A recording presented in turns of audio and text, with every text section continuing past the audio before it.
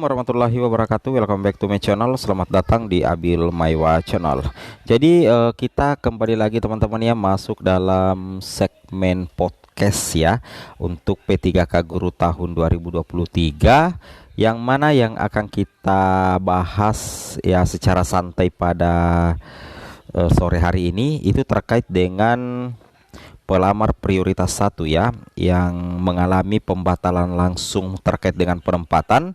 Bagaimana nasib kedepannya ya bagi P1 yang penempatannya tiba-tiba dibatalkan kemarin Bapak Ibu ya, yang awalnya itu mendapatkan penempatan, kemudian tiba-tiba ada surat edaran dari Kemendikbudristek ya bernomor 119 BGT 0008 2023 yang tiba-tiba terpaksa harus membatalkan penempatan karena ada penyebabnya terkait dengan sangga Bapak Ibu ya.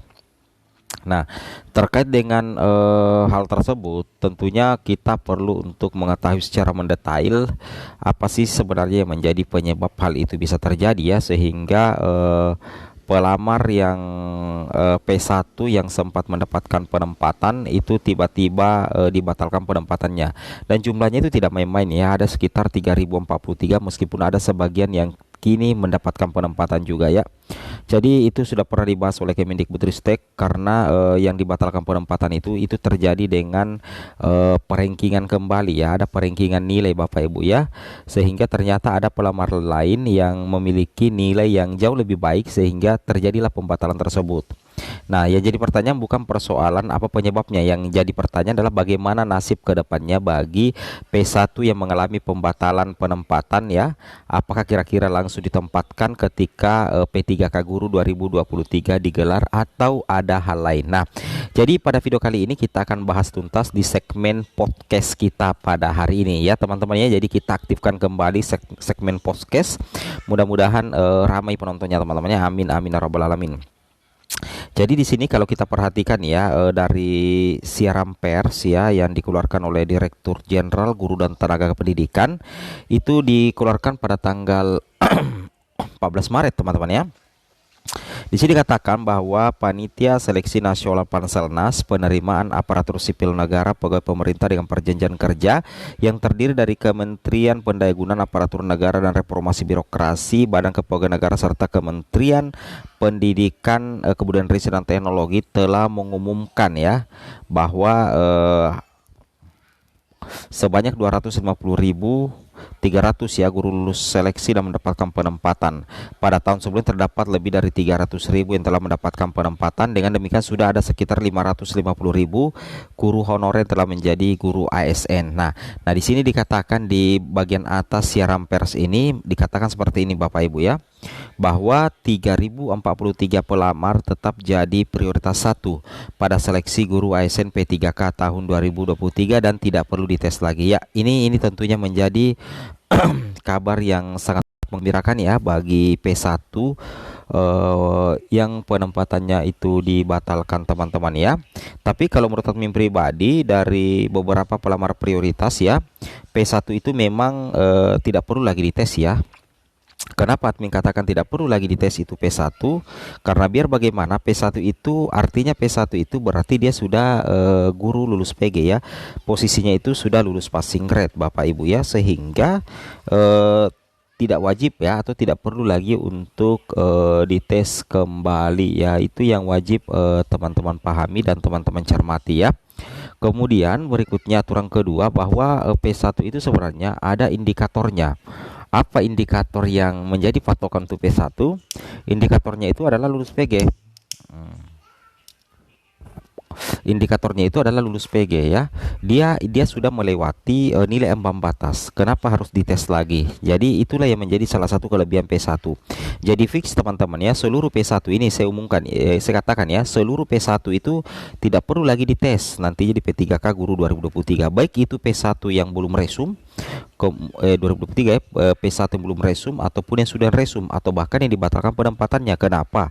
Kalau misalkan dites kembali itu tidak adil rasanya Bapak Ibu ya, karena P1 itu ada indikator bahwa patokannya mereka ini sudah lulus passing grade. Jadi sebenarnya untuk P1 itu sebenarnya aman Bapak Ibu ya, Kenapa admin berani mengatakan bahwa P1 sebenarnya aman di P3K Guru 2023? Itu karena sudah tidak perlu lagi dites. Kalau sudah tidak perlu lagi dites, berarti itu tinggal menunggu saja penempatan. Nah, itu tinggal menunggu penempatan. Nah, yang jadi pertanyaan sekarang, apa yang menjadi sebenarnya kendala Bapak Ibu ya, sehingga P1 dikatakan tidak aman. Padahal mereka ini sudah tidak dites lagi. Nah, ini yang perlu kita cermati melalui podcast kita pada sore hari ini. Jadi seperti ini Bapak Ibu ya, seperti ini sebenarnya ya. Kalau menurut admin pribadi, kita sambil merokok ini teman-teman ya, minum-minum kopi juga. Jadi seperti ini ya. Sebenarnya menjadi penyebab kenapa P1 tiba-tiba dikatakan tidak aman, itu penyebabnya simple ya. Penyebabnya simple sebenarnya. Yang menjadi penyebab utamanya itu adalah karena Pemda tidak mau mengajukan formasi. Itu saja ya. Nah, itu saja teman-teman ya. Contoh misalkan di daerah A. Di daerah A itu kebutuhan gurunya itu 50. P1-nya itu anggaplah 20. Tapi formasi yang diajukan oleh Pemda cuma 10. Kan seperti itu logikanya ya. Berarti ada 10 P1 yang tidak bisa tercover atau tidak bisa diangkat menjadi ASN P3K Bapak Ibu ya. Nah, itulah yang menjadi penyebab sehingga P1 tiba-tiba dikatakan tidak aman. Padahal secara logika sebenarnya, secara aturan, secara dari awal dan sudah sesuai dengan amanat yang ada di Permenpan RB nomor 20 tahun 2022, sebenarnya Bapak Ibu ya, P1 itu sudah aman ya. Tinggal diangkat saja menjadi ASN P3K. Kenapa ribet sekali? Nah, yang membuat ribet sebenarnya itu karena formasi tidak tersedia. Itu ya.